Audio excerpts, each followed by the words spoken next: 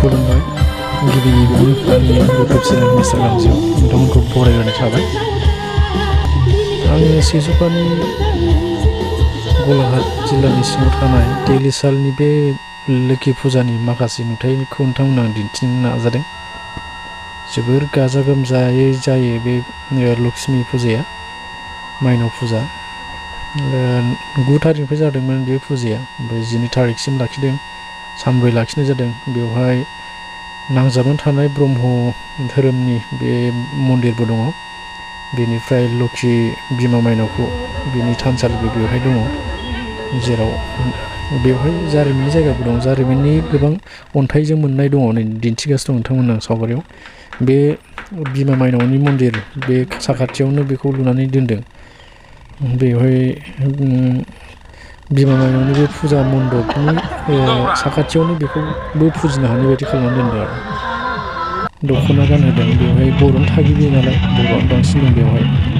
ओरैनोथ' आंनि फेमिलिजों आङो दसे बे ट्रेनाव गाखोबाय, नोंथांमोनहा दिन्थिदों बेखौ। फेमिलिजों आंबो ज'यैनो मेलायाव दान्दिसे सम फेमिलिजों लोगोसे बेरायबाय, बिदिनो एसे नायबाय मा दं मा गैया। मेलायाथ' दङ, गोबां दङ मेलायाव। ओरैनो उन्दैफोरनि थाखाय गेलेहोनो गोबां दङ, ओंखायनो हाबनाय जाबाय बेवहाय फेमिलिजों लोगोसे। आंनाबो नै जौगासार नै बियो बे गाखोदों। 1.5 बोसोर जाबाय, उन्दैनिफ्रायनो गारि बिराद दं। हारसिंनो गाखोनानै दलद थानानै दं नै जौगासारा। मोजां मोनो गारिफोरजों गेलेनो बांसिन। 1.5 बोसोर जाबाय बैसोआथ'। मानसियाथ' गोबां होंगो दोगो जायो बेवहाय, माने जायगानि सुबुंफोरनिफ्राय बांसिन सुबुं माने बाहेरनिफ्राय फैयो। अल आसामनिफ्रायनो बुंजागोन आरो, माने फुजाखौ मिथिनानै आन्दाज खालामनानै आलासिफोरनाव फैनानै बिसोर बेरायफैयो। आरो बेवहाय दखान गला होनायफ्राबो गोबां दङ। आं बेखौ दिन्थिदों, बे सेस बाहेरानि गोजा। नलबारिनि दङ, गुवाहाटीनि दङ, गोबां गोजान गोजान जायगानि गोजा बेवहाय, गवालपारा बायदि बायदि जायगानि। आं बेखौ फार्स्ट खालि स्टार्ट जाखालिनो आं बेखौ खेबदों। बे खालिनो आं खेबनानै दोनखादों। बेनि उनावबाथाय मानसि होंगो दोंगोजों बेवहाय हाबनोनो हाखाया, माने उसुबिदा जायो, माने हाबनो माने जाब मानसिनि आथिंजों आथिं एकदम माबाजों नांजाबनायखाय उसुबिदा मोनो हाबनो। ओंखायनो फार्स्ट स्टार्टिङावनो आं बेखौ हाबनानै खेबनानै लाखादों आं।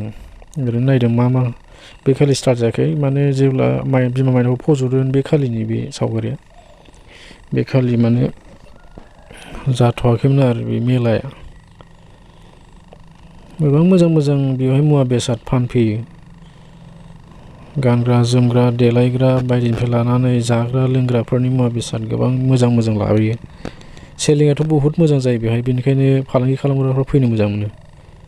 आरो जेबो डिस्टार्ब प्रब्लेम गैया बेवहाय, माने रावबो बिदि डिस्टार्ब बिदि गैया आरो। जायगायाव गोबां मोजां, माने सेकिउरजों बे माबाखौ फुजाखौ खुंफुंनाय जायो। दाङाबाजि दिनैसिमबो बे फुजायाव जाफेराखै। 23 बोसोर जाबाय बे लक्ष्मी फुजाया। जों एकदम उन्दैनिफ्राय लानानै जों जोनोम जायैनि सिगांनिफ्रायनो आरो बे खुंबोनाया। कालचार प्रग्रामबो खालामदों, बे फिल्ड गेलेग्रा फोथार बेबो जोबोद गुवार गिदिर। बेवहायबो सोरगिदिं माने बाजार गोजा, जाग्रा लोंग्रानि बेवहाय बाजार, हटेल बायदिसिना गासैबो दं आरो। बे फिल्ड गेजेराव स्टेज मोनसे दङ, लांदां स्टेज।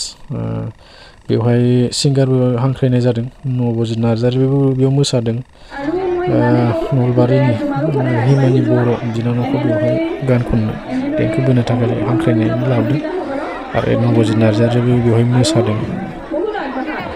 एसे दिन्थिदों। नैबे आरो बे बाजारा बेलेगलाय, नैबे माने देग्लाय माने बहुद गोलाव गुवार गिदिर बिदि बानायदों, जेरावनाखि बेरायख'नोनो हाया आरो।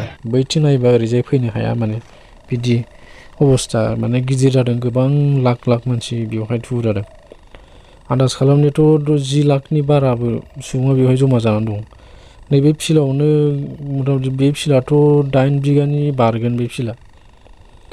सोरगिदिं दखान सहर गोजा आरो दखानानो बाहेरनि दखानानो 500थासो फैदों दखाना एबार आरो लकेलनियाथ' दङ लकेलनियाबो गोबां दंखायो जायगायावनो दंखायो लकेलना बेफोर गासैबो बाहेरानिफ्राय फैनाय बांसिन बेयाव दखान गोजा 500था गासै बिसोरनो माने हाजार हाजार बाहेरनि बे दखान होग्राफोरनो बेखिनिखौनो दिन्थिबाय नोंथांमोननो मोजां मोनदोंबा लाइक होदो शेयार खालामदो बेखिनियावनो जय बर' हारिनि